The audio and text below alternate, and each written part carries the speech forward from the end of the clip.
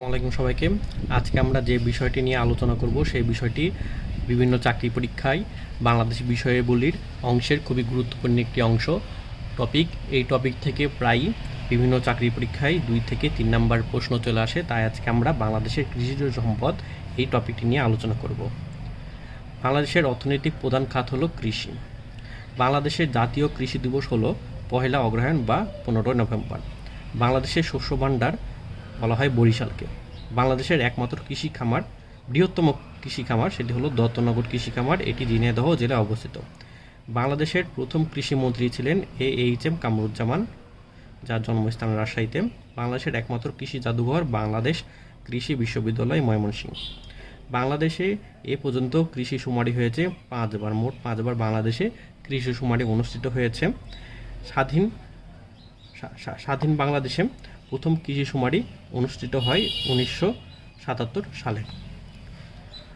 বাংলাদেশের কৃষি শুমারি সর্বশেষ বাংলাদেশ কৃষি শুমারি অনুষ্ঠিত হয় 2019 সালে। বাংলাদেশের একমাত্র আঞ্চলিক বীজ পরীক্ষাগার পাবনা ঈশ্বরদীতে অবস্থিত। তাহলে বাংলাদেশের একমাত্র পরীক্ষাগার কোথায় অবস্থিত? পাবনা ঈশ্বরদীতে অবস্থিত বাংলাদেশের একমাত্র বীজ পরীক্ষাগার। ফসল উৎপাদন। ফসল উৎপাদনের দিক থেকে সারা বছরকে 2টি মৌসুমে ভাগ করা হয়। একটি হলো রবি মৌসুম, অন্যটি হলো খরিফ মৌসুম। রবি মৌসুম শীতকালীন ফসল উৎপাদনের সময়কে রবি মৌসুম বলা হয়। কার্তিক মাস থেকে ফাল্গুন মাস পর্যন্ত সময়কে রবি মৌসুম বলা হয়। ফুলকপি, বাঁধাকপি, টমেটো, শিম, আলু, মূলা ইত্যাদি হলো রবি শস্য। খরিফ মৌসুম গ্রীষ্মকালীন ফসল উৎপাদনের সময়কে খরিফ মৌসুম বলা হয়। খরিফ মৌসুম 2 প্রকার, একটি হলো খরিফ 1 এবং খরিফ 2। চৈত্র থেকে জ্যৈষ্ঠ এর সময়কে খরিফ 1 বলা হয় এবং এই সময় হলো গ্রীষ্মকাল। কাঁকরোল, ঝিঙ্গা, চিচিঙ্গা, পটল ইত্যাদি হলো খরিফ মৌসুমের শস্য। অন্যদিকে হলো খরিফ 2, আষাঢ় থেকে ভাদ্র পর্যন্ত সময়কে খরিফ 2 বলা হয়। এই সময় বর্ষাকাল, পুঁই শাক, মিষ্টি কুমড়া, আমলকি, তাল ইত্যাদি হলো খরিফ মৌসুমের শস্য, খরিফ 2 এর শস্য। ফসল উৎপাদনে বাংলাদেশের শীর্ষ জেলা, অর্থাৎ কোন ফসল উৎপাদনে বাংলাদেশের জেলাগুলো অবস্থান সেগুলো আমরা দেখি। ধান ও মাছ উৎপাদনে বাংলাদেশের শীর্ষ জেলা ময়মনসিংহ। গম উৎপাদনে বাংলাদেশের শীর্ষ জেলা ঠাকুরগাঁও। আলু উৎপাদনে বাংলাদেশের শীর্ষ জেলা রংপুর। তামাক উৎপাদনে বাংলাদেশের শীর্ষ জেলা কুষ্টিয়া। রেশম উৎপাদনে বাংলাদেশের শীর্ষ জেলা রাজশাহী। রাবার উৎপাদনে বাংলাদেশের শীর্ষ জেলা কক্সবাজার। তুলা উৎপাদনে বাংলাদেশের শীর্ষ জেলা ঝিনাইদহ। ফুল উৎপাদনে বাংলাদেশের শীর্ষ জেলা যশোর। কমলা উৎপাদনে বাংলাদেশের শীর্ষ জেলা রাঙামাটি। পেয়ারা উৎপাদনে বাংলাদেশের শীর্ষ জেলা চট্টগ্রাম। আমড়া উৎপাদনে বাংলাদেশের শীর্ষ জেলা বরিশাল। আনারসে টাঙ্গাইল। কাঁঠাল উৎপাদনে বাংলাদেশের শীর্ষ জেলা গাজীপুর। কলা উৎপাদনে নরসিংদী। সুপারি উৎপাদনের শীর্ষ জেলা হচ্ছে লক্ষ্মীপুর। ইক্ষু উৎপাদনে বাংলাদেশের শীর্ষ জেলা পাবনা। পেঁয়াজ উৎপাদনে বাংলাদেশের শীর্ষ জেলা পাবনা। মশলা উৎপাদনে বাংলাদেশের শীর্ষ জেলা বগুড়া। নারিকেল উৎপাদনে বাংলাদেশের শীর্ষ জেলা ভোলা। সাধারণত অর্থের ফসল বা 2 প্রকার। সাধারণত ফসল 2 প্রকার, একটি হলো খাদ্যশস্য, একটি হলো অর্থকরী ফসল। খাদ্যশস্য বাংলাদেশের যে উৎপাদিত জমির 80%ই খাদ্যশস্য উৎপাদন হয়। বাংলাদেশের প্রধান খাদ্যশস্য হলো ধান। ধান উৎপাদনে বাংলাদেশের অবস্থান 3য়, প্রথমে আছে চীন। আন্তর্জাতিক ধান গবেষণা কেন্দ্র ফিলিপাইন মেলিনায় অবস্থিত। বাংলাদেশ ধান গবেষণা ইনস্টিটিউট গাজীপুরের জয়দেবপুরে অবস্থিত। বাংলাদেশ ধানের উন্নত জাত হলো ময়না, মতি, সুফলা, প্রগতি, ইরাটম, চন্দিনা।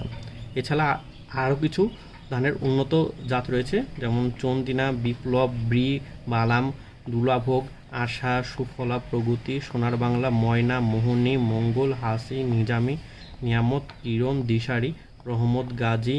ইরি 8-এর মধ্যে রয়েছে উচ্চ ফলনশীল জাতের উপসিম ধান। বাংলাদেশের সর্বপ্রথম আমদানি করা হয় এবং তা এখনও এদেশে চালু রয়েছে। হরিধান দেশজ নতুন জাত। ঝিনাইদহের হরিপদ কাপালি এর আবিষ্কারক। তাহলে বাংলাদেশের বিজ্ঞানী, বাংলাদেশের কৃষক হরিপদ কাপালি এটি আবিষ্কার করেছে, হরিধান।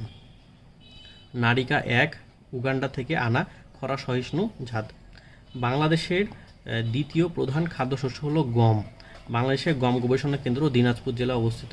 গমের উন্নত জাত হলো বলাকা, দোয়েল, সোনালিকা, বরকত, সৌরভ। এছাড়া আরও রয়েছে অগ্রহণী, আনন্দ, আকবর, কাঞ্চন, বরকত, সুফি, বিজয়, প্রদীপ। বাংলাদেশের তৃতীয় প্রধান খাদ্যশস্য হলো আলু। বাংলাদেশ আলুর উৎপাদন হয় লর্ড ওয়ারেন হেস্টিংয়ের সময়। লর্ড ওয়ারেন হেস্টিংয়ের হাত ধরে বাংলাদেশের আলু উৎপাদন শুরু হয়। বাংলাদেশে যে জাতের আলু উৎপাদন হয় তা আনা হয়েছে নেদারল্যান্ড থেকে। বাংলাদেশে আলু উৎপাদনে উন্নত জাত হলো ডায়মন্ড, চমক, সিন্দুরি, কার্ডিনল ইত্যাদি। এছাড়া আরও কিছু উন্নত জাতের ফসল এখানে লিস্ট করে দেওয়া আছে। ভুট্টার উন্নত জাত হলো উত্তরণ, বর্ণালী, শুভ্র। সরিষার উন্নত জাত সুফল, অগ্রণী। তুলার উন্নত জাত রূপালী, ডেলফোজ। তামাকের উন্নত জাত সুমাত্রা, ম্যানিলা। মরিচের উন্নত জাত যমুনা। পুঁইশাকের উন্নত জাত সবুজ, চিত্রা। টমেটোর উন্নত জাত মিন্টু, বাহার, মানিক, রতন, ঝুমকা, সিন্দুর, শ্রাবণী। আলুর উন্নত জাত ডায়মন্ড, কার্ডিনেল, কুফরি, সিন্দুরি। বাঁধাকপির উন্নত জাত golden cross, K Y cross, green express, drumhead, atlas 17 এগুলো। আমের উন্নত জাত মহানন্দা, মোহনভোগ, ল্যাংড়া, গোপালভোগ, হাড়িভাঙা, ইলামতি, ফজলি। তরমুজের উন্নত জাত পদ্মা, মধুমালা। হলদে জাতের তরমুজকে বলা হয় মধুবালা। কলার উন্নত জাত অগ্নিস্বর, কানাইবাসী, মোহনবাসী, বিট জবা, অমৃতসাগর, সিঙ্গারপুরি। বেগুনের উন্নত জাত ইওরা, শুকতারা, তারাপুরি, নয়নতারা ইত্যাদি। মিষ্টি কুমড়ার উন্নত জাত হাজি ও দানেশ। অর্থকারী ফসলের মধ্যে রয়েছে সরাসরি বিক্রির উদ্দেশ্যে যে সকল ফসল উৎপাদন করা হয় তাদেরকে বলা হয় অর্থকারী ফসল। বাংলাদেশের প্রধান অর্থকারী ফসল হলো পাট, চা, রাবার, রেশম ইত্যাদি। পাট, বাংলাদেশের সোনালী আঁশ বলা হয় পাটকে। পাট রপ্তানি এবং উৎপাদনে বিশ্বে বাংলাদেশের অবস্থান প্রথম, অর্থাৎ বাংলাদেশি সবচেয়ে বেশি পাট উৎপাদন করে এবং রপ্তানিও করে। উৎপাদনেও শীর্ষ, রপ্তানিতেও শীর্ষ। পাট উৎপাদনে বাংলাদেশের শীর্ষ জেলা হলো ফরিদপুর। পাটে জীবন রহস্য উন্মোচন করে ডক্টর মাকসুদুল আলম। এই মজার কথা হলো ডক্টর মাকসুদুল আলমের বাড়িও কিন্তু ফরিদপুর। জাতীয় পাট দিবস 6 মার্চ, এখানে পাট হবে। জাতীয় পাট দিবস, এখানেও পাট হবে। পাট গবেষণা কেন্দ্র মানিকগঞ্জে অবস্থিত।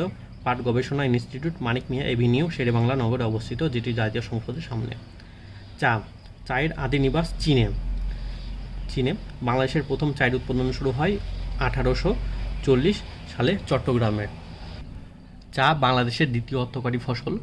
1840 সালে চট্টগ্রাম শহরের বর্তমান চট্টগ্রাম ক্লাব সংলগ্ন এলাকায় একটি চা বাগান প্রতিষ্ঠা করা হয়েছিল, যেটি বাণিজ্যিক উদ্দেশ্যে না, যা কুণ্ডদের বাগান নামে পরিচিত। বাগানটি প্রতিষ্ঠার পরপরই কিন্তু বিলুপ্ত হয়ে যায়।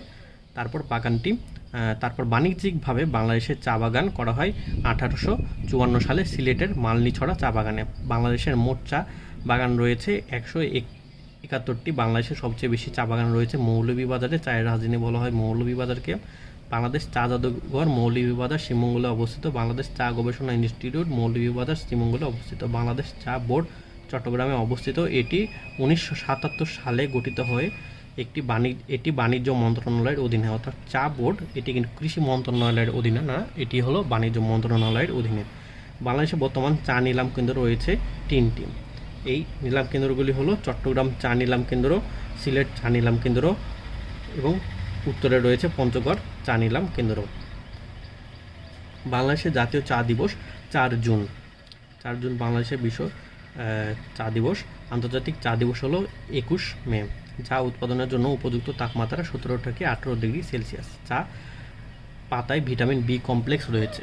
চায়ের জন্য চা গাছ খুব ভালোভাবে বেড়ে ওঠার জন্য এদের 40% হচ্ছে ছায়ার প্রয়োজন। এই জন্য চা বাগানে দেখা যায় কি যে অনেক ছায়াযুক্ত বৃক্ষ রোপণ করা হয় বড় বড়, যেগুলো চা গাছের চেয়ে তো বড়।